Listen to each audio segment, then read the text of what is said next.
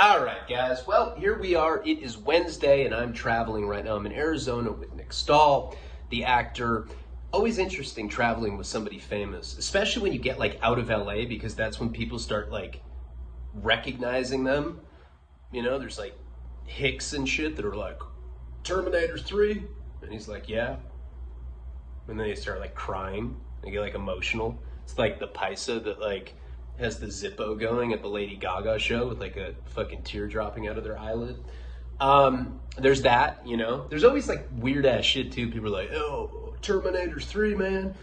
That movie fucking rocks, dog.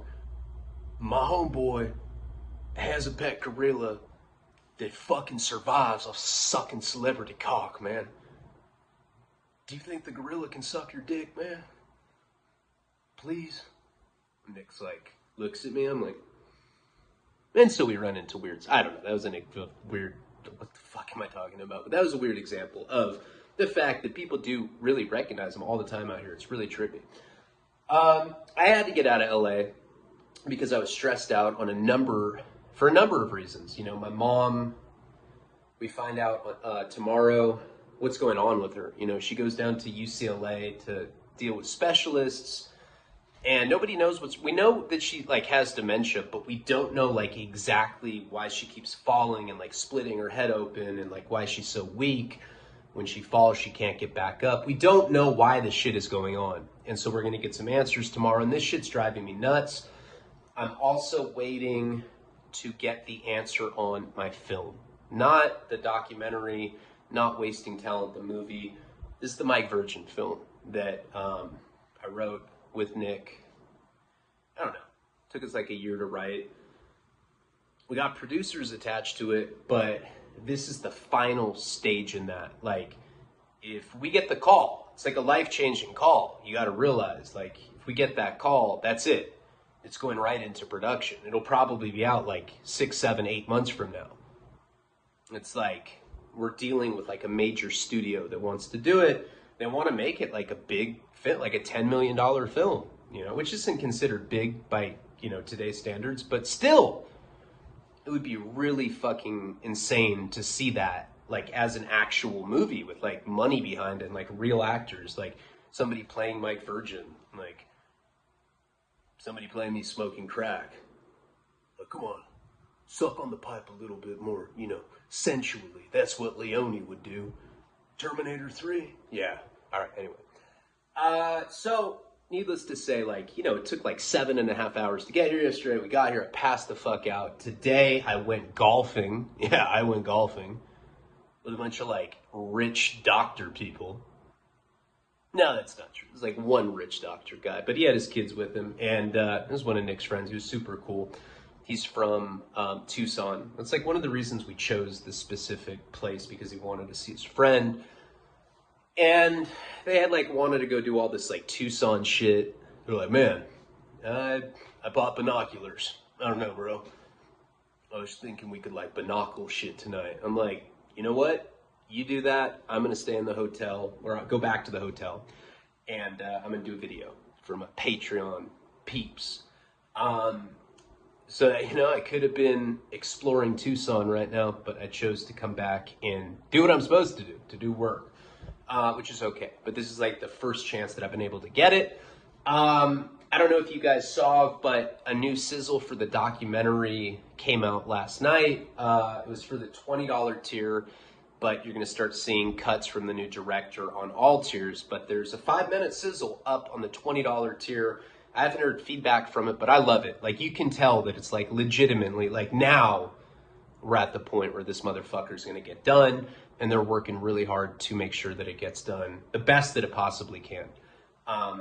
The guy, Lucas Seller, who's the new director, he's done 2 films, author the J.T. Leroy story and Shirkers, which won Sundance. They're both on Netflix right now. I think author's on there. It has been. I think it's on there. It might be on Amazon right now. But Shirkers is definitely on Netflix, and we're stoked to have him. I'm really happy with how that cut came out. It makes me look better. You know what I mean? That's one of the things. He's like, look, bro, we gotta make you likable. I think we should show your dick, man. I'm like, make people feel bad for me? He's like, yeah, make you likable, man. People like dick. And I was like, well, I mean, I'm not going to argue with that. There are a lot of people that do like dick. But do you think they'll like my dick is the question. He's like, I do, man. I do. I sure do. I don't know why I'm using that voice so much today. I think it's because I'm in fucking Arizona and everybody has like snakeskin boots and fucking, like big, like shiny star belt buckles, shit like that. I don't know. Maybe. Let's get into the story though. Let's do a story. I'm going to try to do a sex files tonight as well. And yeah, so, try to do 2 videos tonight, but this is going to be a Shaky Jake one. And I'm really tired. Like right before I sat down, I tried to do this video probably, I don't know, 15 times. And I was just like, yeah, we were at the range, man. We were butt fucking horses, man. Like fall asleep. I'm like, Jesus Christ. Like I didn't have any energy. So I made myself some cheap hotel coffee. And I gotta say, man, I kind of snapped into character a little bit better after just taking a couple sips. It was like some Popeye shit. It's horrible coffee, but whatever. All right, guys. If this does make it to YouTube, please like, comment, subscribe. Check out patreon.com/Ryan Leone. And let's get into the motherfucking story. And Joe, upper tier, gift tiers. He's getting access to my Patreon. He already sent a bunch of shit today. He sent me like a bunch of tracking numbers, all that. Sorry that it takes me so long to do anything, but I really do have good intentions, and he's getting it handled. I have tracking numbers for a lot of shit, but we'll get into that. I'll have him do that directly when he gets on Patreon. Let's get into the story now. I don't even know where we left off last time, So I guess it's just going to be like a free form style, because I can't remember where we are, like specifically on the chronology. I think what had happened last time, if I remember correctly, is now I'm living with Chenny. Juice was like my first Southsider celly at MDCLA. I had a celly before that, but I can't remember who it was, but somehow in my memory, I remember it not being a very good person. And then once I started living with Juice, the guy that was cooperating, this guy was like, he was really into cooperating. He's like, yeah, I'm thinking about getting some sort of cooperation commemorative windbreaker. I don't know. What do you think? You think white people might like me? I was like, yeah, probably. He's like, that's what I was thinking too, bro. He was really proud of being a snitch. And you gotta understand, for me, just coming in, that was confusing for me because I was always raised not really by criminals, not by gangsters. I was more like the guys that I looked up to that kind of schooled me when I was younger were older junkies, And junkies, look, there's no culture that snitching is considered acceptable. Snitching is always looked down on, but it's much more etched in stone as a murderous or butt-fuckable offense if you're a gang member. Hey dog, don't do that. If you do that, the boss is going to butt-fuck you, fool. That's on everything. You'll always get the goofy Southsider that's all spun out. He's like, hey, I'm not trying to get butt fucked or nothing, dog, but I'm just kind of curious to know if it's as bad as they say, dog. I'm trying to smoke some meth tonight, fool. That's what I'm about. You're always gonna find somebody like that. I guess the first time that I'd gotten arrested for drugs was... No, I got arrested when I was 18. They didn't ask me to snitch, though. That was over the domestic thing with Kate. When I was in Florida, however, I got arrested. And you got to remember, the person that arrested me that particular night, one of the cops that had arrested me, was a client of Mike Virgin's. It's a pedophile cop. A cop that is arresting drug addicts on the streets of West Palm Beach, but he's also involved with pedophilia shit, with Mike Virgin and with like an underage brothel. So when I got arrested for that, I told the cops that the cop that arrested me, because he arrested me, but he's not the guy that like had given me a ride to the police station or whatever. And when I got there, I was trying to put him on blast, you know? And like I've told a bunch of convicts this kind of shit while I was in prison, you know? I mean, I'm like, is it snitching if you're telling on like pedophilia? Like, I don't think so. I don't look at it that way. I was just telling the cops like, hey, you guys arrested me, but the other cop that was there when I got arrested is a fucking child molester. I said the same thing about Kate's dad when I had gotten arrested for home invasion when he broke my nose with the skateboard, when I flew out there when I was on acid. So there's been times throughout my life where I've talked to police. I've never put somebody in jail, and there's no paperwork on me that exists that would say that I'm like an informant or anything, because I never have been. I can honestly say that. But by the time I caught my federal case, those 2 times before, time in Florida where I talked about, you know, that this cop is a pedophile or whatever, and they didn't care. They're like, we don't care. We don't care. We don't trip on shit like that, dog. It's stupid that you do. I was like, yeah. Hell yeah. Yeah, who cares about underage kids getting pimped out? You're right. You're right. I'm glad you arrested me for $15 worth of heroin. That's way worse. They're like, it is. All right, cool. I'm going to jail. And then, you know, the time when I had gotten arrested after Kate's dad had broken my nose, it was the same kind of thing. I'm like, look, if we go through with this, if I have to go to trial, I'm going to put this dude out there. I'm going to say that he's a fucking child molester. And therefore, the district attorney never filed those charges. But this particular time, when I was going to federal prison, leading up to that, I used to go over to Diana Ortiz's house. So she was Jerry's wife. She's the one that took over the business. We've talked about her extensively.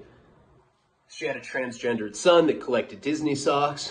I was like, Goofy? He's like, yeah, Goofy. I was like, all right, cool. He's always plucking his eyebrows, or she. I think it was a girl that wanted to be a boy. Maybe vice versa. I don't know. I couldn't tell. You know, it was whatever gender it was supposed to be. It was definitely confused by the fact that it had one eyebrow. It was just one straight line. Like, what up? I'm trying to fuck with Disney only. That's what kind of person this is. I swear to God, it was the weirdest shit ever. I'd like smoke crack and trip out on. I was like, is that your son? Is that your daughter? And Diana'd be like, you got jokes? You're fucking, hey, this white guy is fucking crazy. He's kind of funny though. I thought, you got jokes. I'd ask if that's my son or daughter. You know it's both. Which would confuse me even more. I'd be like, well, what does that mean? Pansexual? I don't get it. What is it supposed to be, right? And now, of course, there's all this like controversy over transgender. People are too fucking sensitive. Like, I don't care what people do, but like, God, I also don't like people that just cancel people over words. Like, who gives a fuck? When I'd be over at Diana's house, when I first started going over there, the business wasn't as big as it got. Like, eventually I was getting pounds. In the beginning, I was probably getting $400 or $500 worth of heroin at a time. And remember, it was all coming in individual balloons. So it wasn't like I was getting these big like chunks of black tar. I was getting hundreds and then eventually thousands of prepackaged balloons that they would put on an assembly line, and they would have Pisces filling them up like, 50, 60 at a time. They used like a ballpoint pen to fill it up. Like, there was like a way to like put the heroin in the ballpoint pen, and then it would like put the exact amount, which is like between a 0.1 and a 0.2. And then it would get packaged and I would buy it. Now, when I used to go over to her place, the first place that she lived was on Avenue 52nd, which is in Boyle Heights, East LA. Really, really ghetto area. It's like the kind of place where like you're walking and like you'll just see somebody get stabbed with a butcher knife. Some guy's like running down the street with an apron and like a Michael Myers mask, and they're just like stabbing someone repeatedly in the back. Someone will be like, can you not do that in front of my business? Fucking over your fucking murders, Michael. Michael's like, it's like that kind. I swear. Like, maybe not that severe, but like people get shot there. killed. It's just a really violent place. And people seem to be more annoyed by the violence than scared or threatened by it. It's like more of like an inconvenience for them, if that makes sense. She lived in this, I guess you'd call it a studio apartment. It was just a big living room and there was a bathroom and a kitchen and that was it. Transgender son would always be in the bathroom. Always. They'd be like, does your kid ever come out of the bathroom? Oh, you got jokes? You're a fucking clown. You're fucking fine. I like you. I like you. Don't think I'm trying to suck your dick or nothing, but I think you're fucking funny. That's how she talked. They call me goofy, not stupid. I hate it when she said, fuck you. It's gonna be okay, mijo. Yeah, oh yeah, it was fine. Thanks, Diana. It was great. Prison was a great thing. Thanks. And I mean, I don't blame her, but goddamn, she didn't have to tell on me like that was some bullshit. When I go to the studio apartment, in the beginning, she didn't use drugs. Okay, so when I first met her, she told me that she was on parole for homicide. And she'd like brag about it. She's like, hey, so I was with my old man, right? And we were driving, we were in this old Cadillac. And this fool owed my old man money. So we fucking took out a gun and fucking shot him. And that's that. Killed him. They got me for accessory to murder, to homicide. She bragged about this shit. Now, I don't know where on the timeline of her story she met my connection, Jerry, because supposedly the guy that she went to prison for was her husband. Supposedly she was married to Jerry. I don't know. Who knows? But when I go over there, in the beginning, it was straight business. She liked me because I was bringing a lot of money and I was probably getting taxed quite a bit. Little white boy coming down from Santa Barbara, they were probably making a lot of money off of me. Like they weren't really giving me love. But the thing is I was making so much that it didn't really matter. I was getting the balloons for like $1 to $3 a balloon. I was selling them in quantity for $25, even though I was selling 500 at a time. So I was making a lot of money off of it. She was probably getting them for like 40 cents a balloon or something crazy like that. Who knows? But I slowly started noticing the vibe change at her place. So in the beginning, it was cool. I'd go over there, tranny son would be plucking eyebrows or plucking the one eyebrow. I don't know, trying to maintain it, trying to keep the one eyebrow in place. She was the kind of woman that would fart in front of me. You know how there's like Karina will not fart in front. I've been with her 4 fucking years. I've never heard her fart. She won't. She'd rather die than fart. She like stands there like a fucking soldier. She's solid. She will not fart. She's just like doesn't want me to hear it. I don't know. She's been raised that way. That farted like women don't do that. Once a woman farts once, that's it. You're fired. Pack your shit. Go. I heard you. No, you did what you did. Get the fuck out of here. That's like what she on it. I don't care. I don't have anything against farting. But then there's women that'll fart once in a while and like they'll giggle. They'll be like, and it's like not cute, but it's like whatever. They're like, whatever. It's like you're human. You get it. And then there's women that are like dudes that like lift their leg. They'll be like, oh, that's fucking funny, huh? That fart? It fucking stinks. That's Diana. She would do that in front of me. She'd like have an apron and like she'd like start like wafting it. She'd be like, oh, I hate when the fart gets trapped in my apron. It fucking smells disgusting. You know what it kind of smells like? It kind of smells like old shoes. That's what my fart smells like. Sometimes I think it comes out of my vagina a little bit too. I don't know. I'd be like, okay, I don't really care. I'm just here to buy drugs. I gotta go. It made me uncomfortable. She was really into farting. It was like, it seemed like, and she was just gross. Like, for her to fart, it felt like a fossil was cracking open or something. It was gross. That was the beginning, right? Like, I go over there, crack joke, she'd fart, whatever. It was like non-threatening. Slowly but surely, she started using drugs. It was a transition because what had happened is she got off parole. eventually. When I first met her, because she was on parole for this accessory to homicide thing, she was very, very careful about drug use. She's paranoid. She'd wear like rubber gloves when she'd like hand me stuff because she didn't want to get drugs on it. She's paranoid. So she never did anything. And I remember the first time that I noticed that she was using, it was probably like around like 7 or 8 o'clock at night. The way it would work is like in the beginning, Jenny and I would drive to LA. We'd let her know when we got there. At that point, she'd call the runner, and we'd like all do the transaction like in the same room. You know, like we'd be upstairs in her studio, and I'd pull out, you know, whatever it was, $2-3 grand, whatever it was at that time. The chair was like gotten super uncomfortable out of nowhere. And there'd be some little paisa, always like 5'2". Like I never even see paisas this short, except for when I'm at her place. And like every single one of them was the same size. It was like the Oompa Loompas of fucking paisa drug dealers, you know? They didn't speak any English, and I'd go over there, pull out my money. It was a pretty quick transaction. They'd just give me the brown lunch bag full of the balloons, and that would be it. And then she got her cut.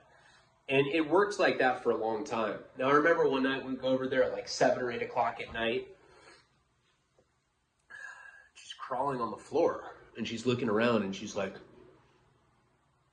I dropped my earring.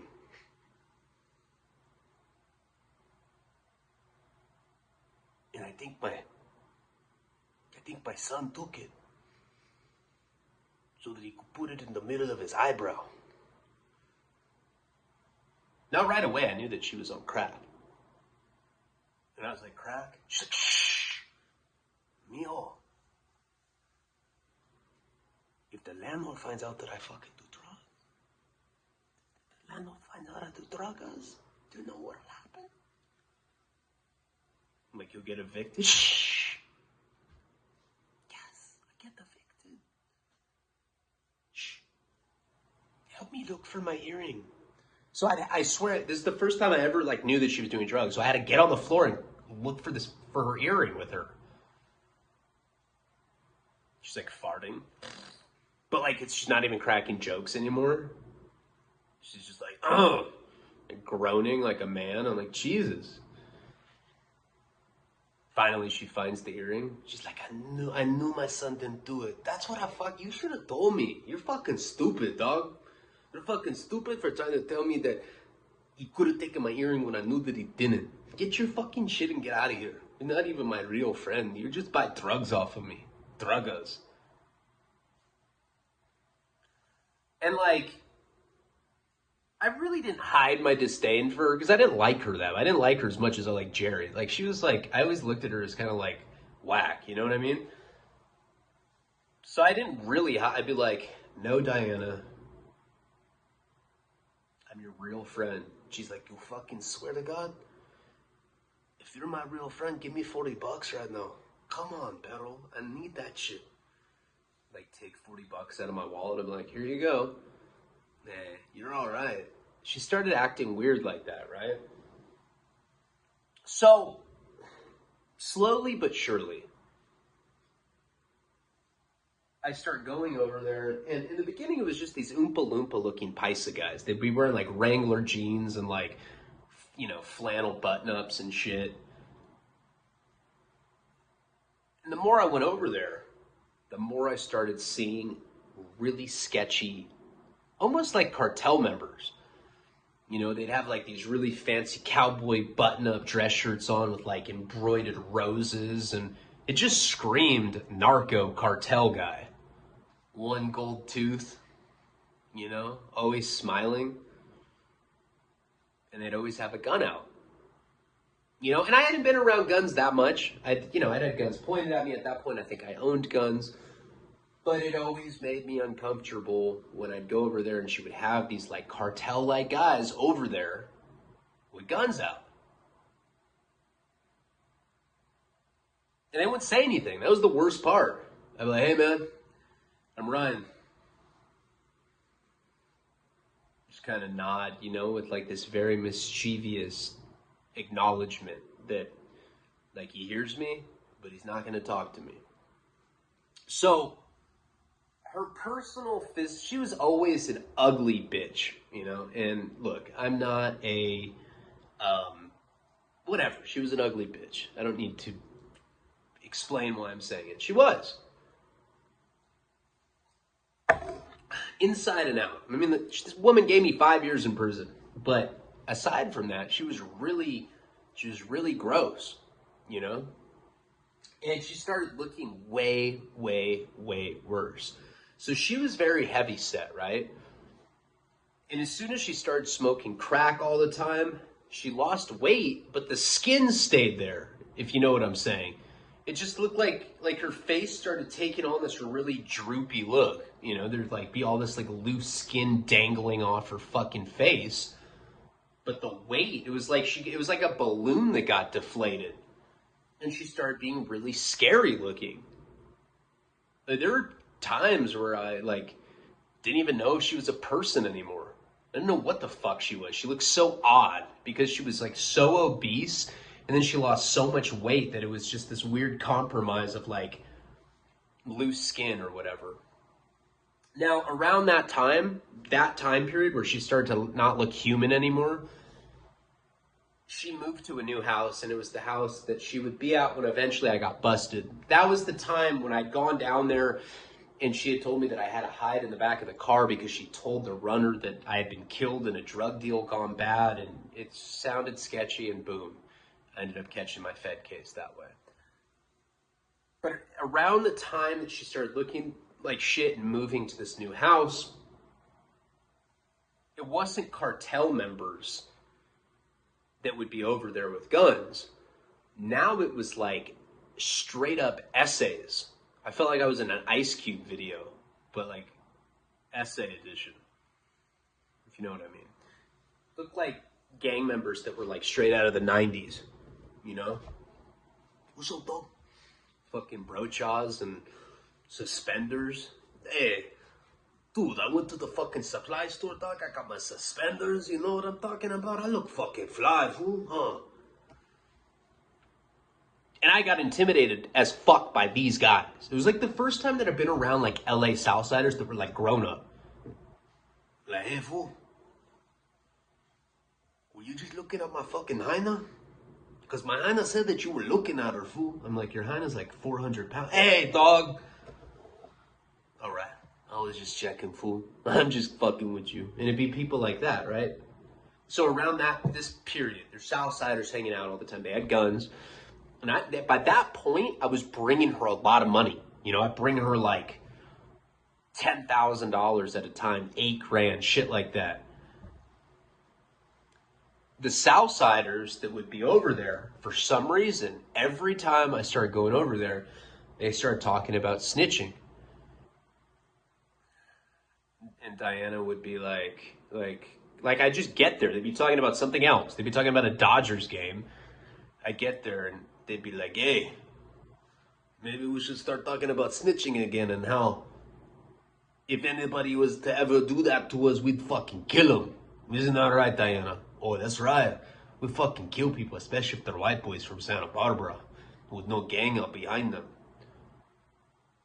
It was like they were trying to intimidate me, you know? And so they would start telling me shit like this, that they were connected to the Mexican mafia, and that if I was ever to snitch on them as an organization, that they would kill my entire family.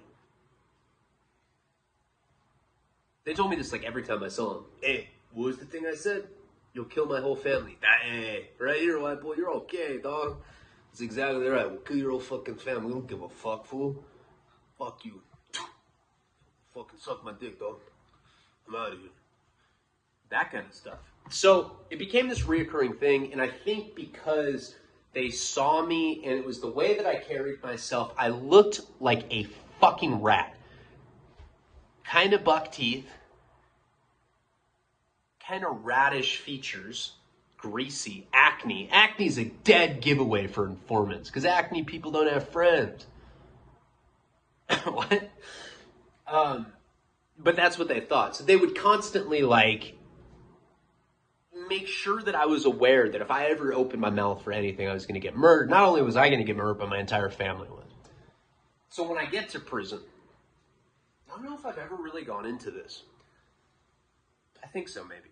I'm sure I've talked about it. I think I'm talking about an Al Prophet. But when I get to prison, by that point, the period that I'm talking about where she looked scary, where she didn't look like a person, when she's hanging out with Southsiders all the time, they always had guns and they were threatening me and telling me that, like, if I was ever to open my mouth, that I was going to get murdered.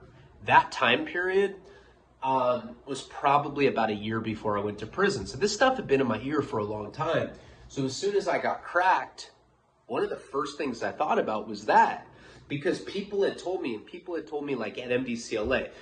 At MDCLA, when you first catch your time, when you first catch a Fed case, even if you first catch a state case, whatever it is, people tend to talk about their cases all day, every day. That's all people want to talk about. And it's like stupid shit. It's like a conversation you have with like a 4-year-old. Like, hey, dog, what do you think the judge is going to give me? You think like maybe like 10 years, 15 years, 20 years? What do you think, dog? How would I know? I don't know. Just give me a number, fool. Come on, just guess. I ain't tripping. 12 years. Hey, you're a piece of shit, fool. 12 years. I'm not going to give him 12 years. You're fucking stupid, fool. Person would get like 17 years. People would like play the guess game all the time. Like, hey, hey, do you mind if I sit down? Let me explain my case to you. So I robbed a bank. I killed a black lady. Hey, she just happened to be working there and she happened to be a black lady, but I killed her. What do you think? Like maybe life? Yeah, for sure life, dude. All right. That's what I thought. Because they thought because I was like a white dude with like, I guess a better vocabulary than a lot of people that were there. They thought that like I was smart, which I wasn't, but they thought that like I knew legal stuff that I didn't.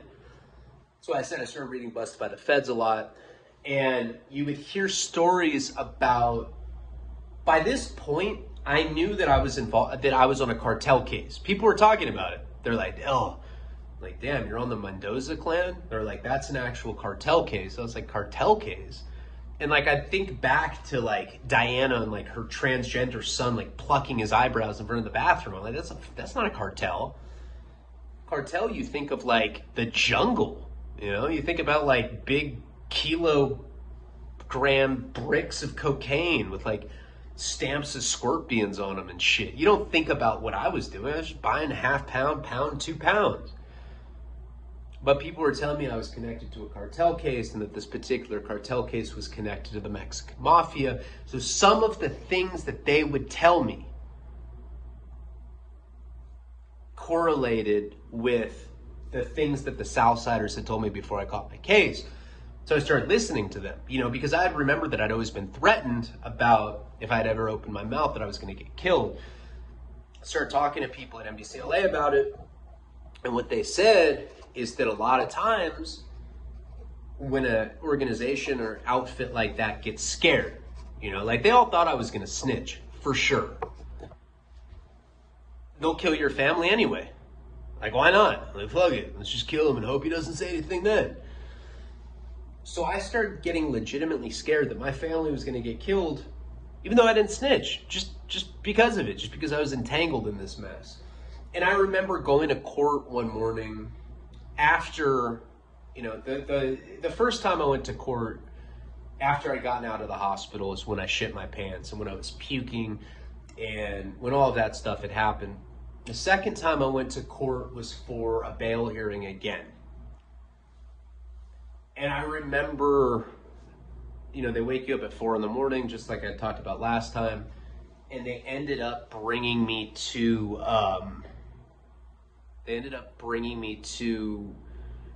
these like holding tanks down by the R&D floor. I go in there, there's just a bunch of Mexican dudes sitting on this bench.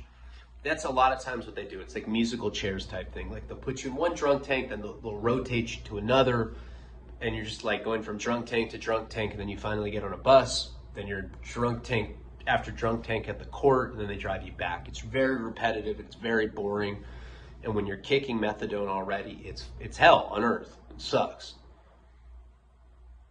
You want to die. So I end up getting into this room with all these Southsiders. I'm the only white dude in there. I'm sitting there and I'm just sick. Like, it was probably a week after that other appearance that I had done, right? I'm kind of like sitting down, like, you're not supposed to sit on the dirty floor in a drunk tank, but I was so sick that I couldn't stand. So I was just like curled up in a ball, kind of like shivering, you know, just kicking. And I was used to that. I was doing this kind of shit all the time now. A Southsider looks at me, he's like, hey, excuse me, can I ask you something? I'm not trying to be disrespectful, kinda. But what the fuck are you doing in jail, dog? You don't look like a jail guy. You look like a stockbroker or something. And I look at him, I like open my eyes, I'm looking at the Southsider, I'm like, look, man, I'm on a heroin conspiracy case. The Mendoza clan. Boom, somebody shoots, like, looks at me. Like, one of the people that was in the tank with me was on the same case. Because I had 109 co-defendants, I didn't know who was who, and I didn't, like, I was just, like, delirious and, like, running my mouth and saying that I was on this Mendoza clan case. And this old school Paisa guy, big old broach-on mustache. He was like a Southsider Paisa hybrid. Like, he was so old, you couldn't tell the difference. Looked like a map or something. Like a grandfather clock. And he looks at me, he's like, you're on the Mendoza clan? Yeah, I'm on that case too. You're from Santa Barbara, right? Every Mexican dude in there looks at me. Every single one.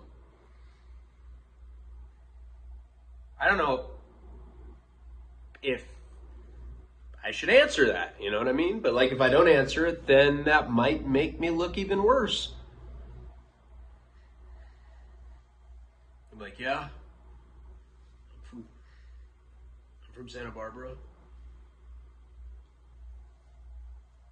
He smiles, he's like, yeah, I've been reading about you, dog. I've been reading a lot about you, actually. To be honest with you, I've been reading a lot about you, dog. I was like, yeah, all right. He's like a lot about you, dog. I didn't know what that meant. I was like, what the f is scaring me? Room goes silent again. Curl back up in a ball. I'm like, I'm so sick that my sickness is trumping any fear of getting killed or beat up. Like, at this point, that would be definitely an improvement on my situation. Like, I'm in such fucking agony from kicking that getting beat up would probably feel better than how I felt at that time. Or getting killed would even be better. I don't even care. Just like go back in a ball. And then another Southsider in there says to him, he's like, hey, what do you mean you've been reading about them? What do you mean by that, dog? I'm just curious. I'm thinking about it. What the fuck do you mean by that? He asked the question that I was thinking too. He's like, well, you know, the Discovery, it has all the police reports, and I was reading about, you know, him getting arrested, him getting caught with that pound of fucking chiva, shit like that, fool. And then one of the Southsiders goes, what, is he no good or something? And then they started talking in Spanish. Now, I'm sure you can appreciate, like, the level of paranoia that I had at that point. He asked him why he read about me. This guy is saying because he read the Discovery. In case you don't know what a Discovery is, when you get arrested, when you catch any case, whether it be on the state or federal level, it doesn't matter. You get a discovery. A discovery is all the evidence that they have against you. So it's police reports, it's photographs, it's videos, it's fucking, you know, Ewok-looking Paisas fucking pointing bamboo sticks at you on when they're testifying, like whatever. It's all the evidence that the state or federal system has collected against you. I have no idea what's in that discovery. I know that I didn't cooperate. I know that I didn't snitch.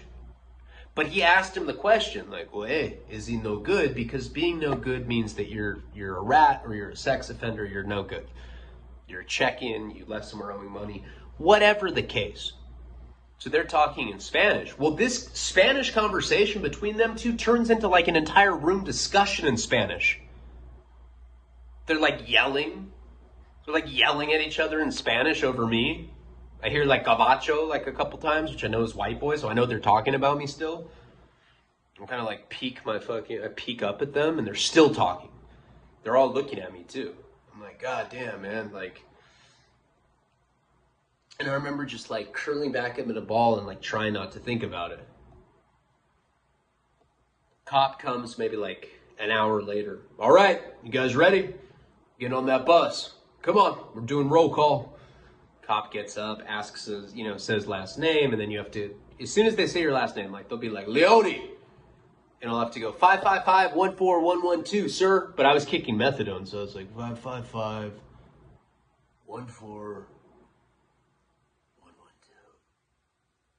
What's wrong with that guy? He coming off drugs or is he just a bitch? Someone like answers in Spanish and the cop just starts laughing. He's like, yeah, that's what I thought. All right. All right.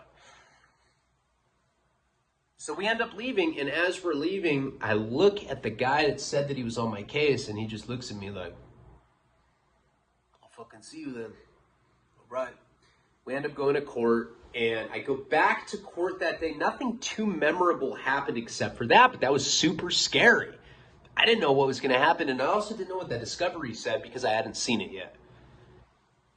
I had no idea. Who knows what it could have said, right? I mean, I have it now, and I've saw what it said. It doesn't say anything bad, but what I'm saying is I start getting really paranoid about that.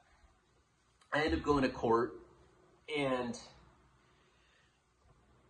I get denied bail again,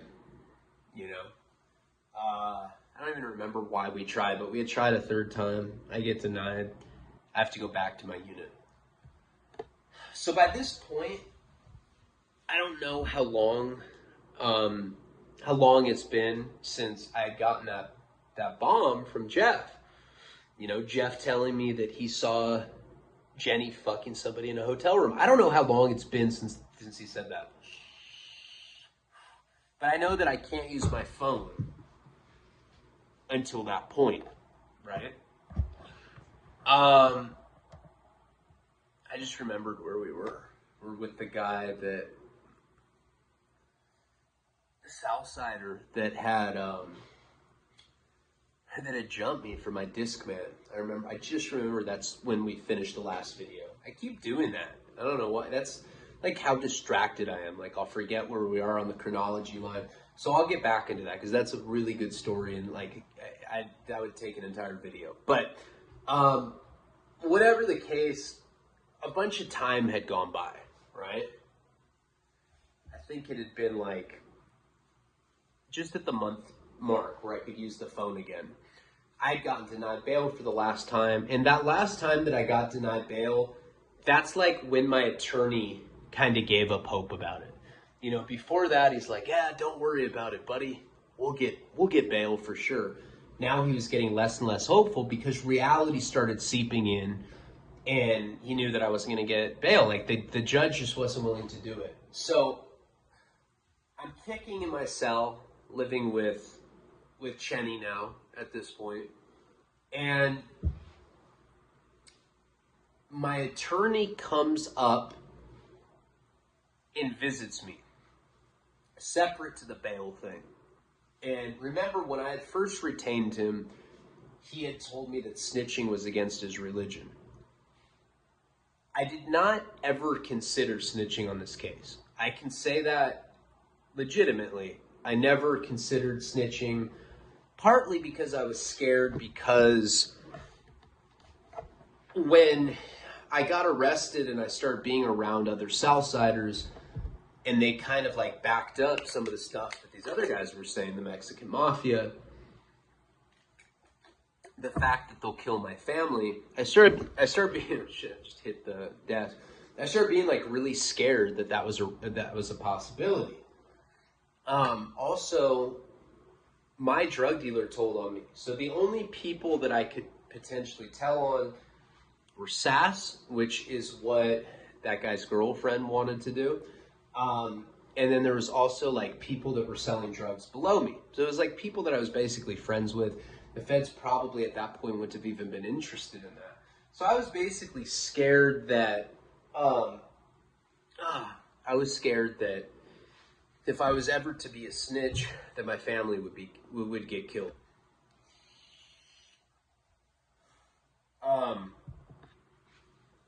Hold on.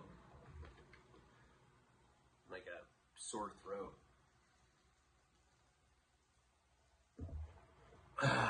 So my attorney comes to visit me after the last, time that I got denied bail. And like we talked about it, every single time that I would get a visit, they'd have to strip search me on the way in and on the way out. And I hated that. I hated it. It's like, it's demeaning. It's demoralizing. Like, you don't want to have to show somebody your asshole while you're kicking heroin or methadone because you're shitting so much. You have like a red, you have like a sore, like you've like rubbed it raw asshole type thing.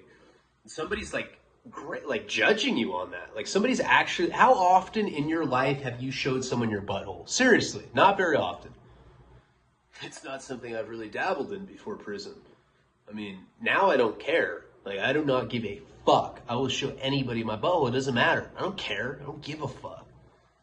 Nick and I were talking about that the other day. Not about showing each other our buttholes, but about the fact that, like, we were on the phone together and he's like, I gotta take a piss. I'll call you right back. I was like, you know what, dude? Honestly, I don't care if you pee with me on the phone because when I was in prison, I used to have to show people my butthole. And then on top of that, I would have to sit on the toilet and make eye contact with cellies. Like, we'd be in full length fucking eye contact. We'd like be like thumb wrestling while I was taking a shit.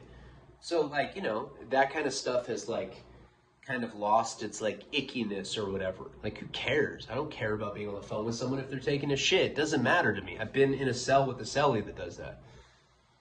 And it's just interesting how jail kind of like, like makes things that society would like typically think are gross and you get kind of used to it. So it's just kind of odd.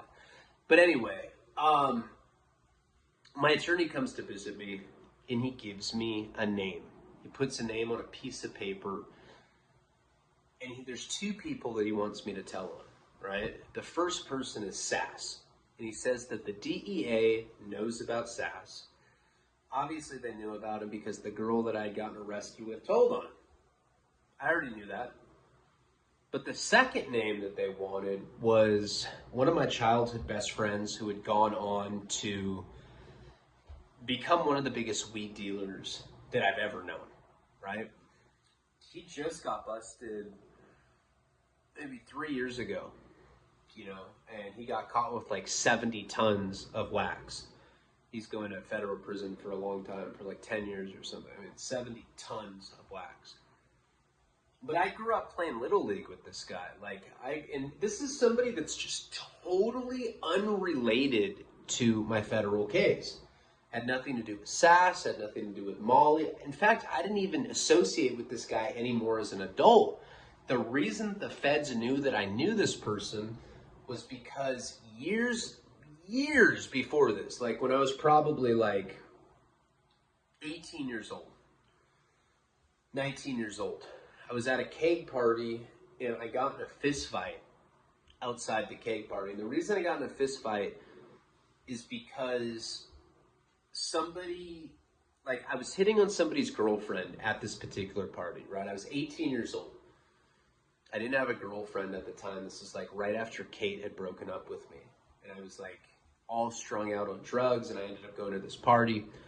And there was some girl outside smoking a cigarette. I went out to smoke and I started talking to her.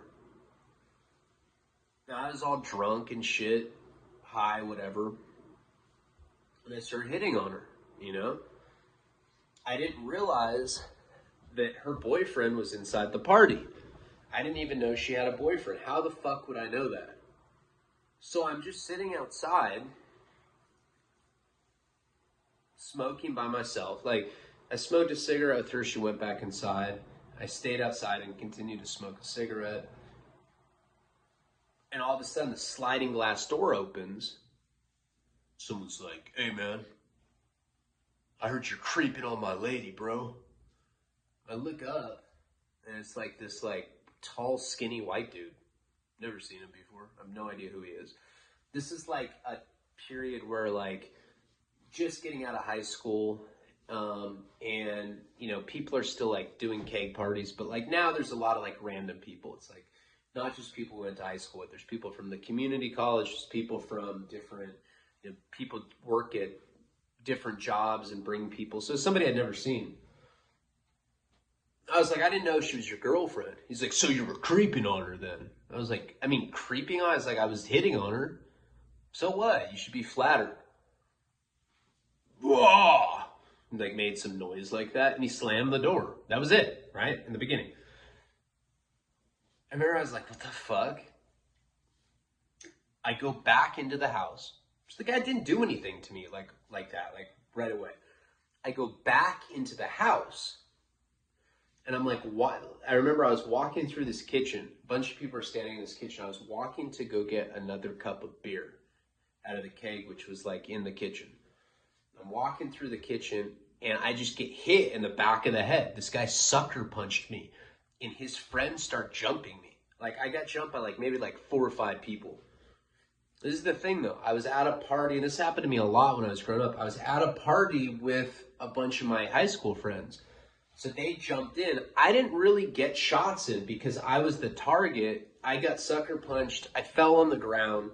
I got stomped out a little bit. Before I knew it, me and my friends were like in some like crazy ass brawl, and I kind of like crawled my way out of it. It was probably like 6-on-4 or something like that. And right as like we get outside of this party, like I got beat up. I like pretty much just curled up in a ball. So I didn't really see what was going on. So I didn't really have leverage. Like I was getting beat up by multiple angles. I get up, and one of the guys that I'd been friends with, this particular person that I played Little League with, who's a big weed dealer, had hit somebody in the face with a bottle, you know, and it hit him pretty bad. Like the guy was all bloody. And he was like running out of this house because I guess somebody was calling the cops, you know. And like I said, I've been curled up in a ball, and I just got up with him. He's like, "Come on, bro, let's go." And I just ran out of this house. Now we were like in a pretty like upscale neighborhood at this point, and I guess I didn't see what he did, but I guess like he hit someone with a bottle and like hurt them pretty badly, like to the point where the cops got called, and like they were looking at him for like assault with a deadly weapon or whatever the charge was. So me and him run down the street, and we get to a elementary school. This is probably like 1 a.m. on a Saturday. We get to this elementary school. We're just like running away because he knew that the cops were coming somehow. I was like really drunk that night. I like kind of don't remember like how we even got out of there. But what I do remember is that we got to this school. And he's like, "Let's hide out in the school." You know, it was probably like a block or 2 away from this house party we're at. So we're hiding in the school, and all of a sudden we see headlights coming. And so we're trying to get away from the headlights. We don't know if it's a cop or anything. And we get to this like cardboard, like these like all these pieces of like, it was like big cardboard boxes that hadn't been assembled. So it was just like flat pieces of cardboard. And he's like, "Come on, dude, we have to hide under there." I'm like, "Bro, I'm not going to get under there. There's like, you know how many spiders and shit are probably underneath that cardboard?" He's like, "Stop being a pussy, dude." And I'm like, we see the headlights come in, and we know that we have to hide at this point, because if we don't go under this cardboard and the car goes through the school where we were like right in the front, like kind of like trapped. Like there was no way for us to like run away from this. The only thing we could do was hide. So we end up getting under these pieces of cardboard, and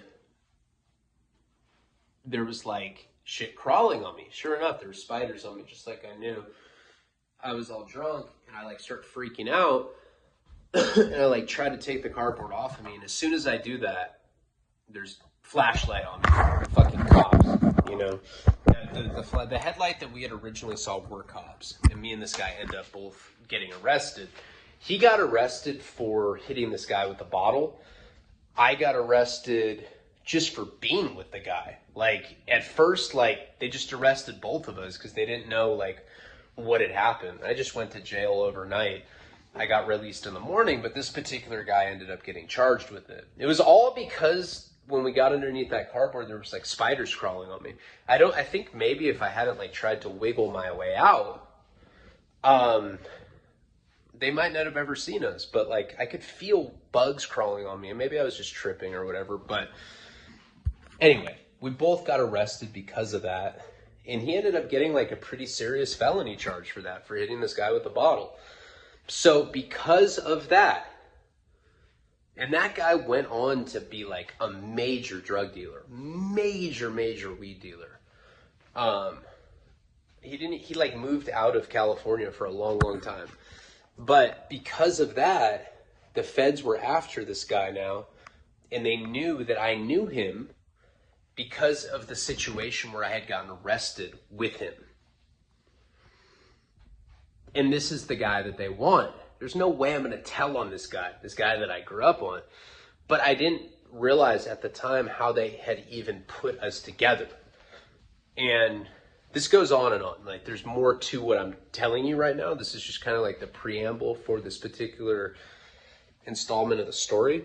I got, like, the worst sore throat right now. It's, like, really hard for me to talk. But I wanted to push this video through so that you guys get something while I'm vacation. I'm going to try to do another video tonight as well.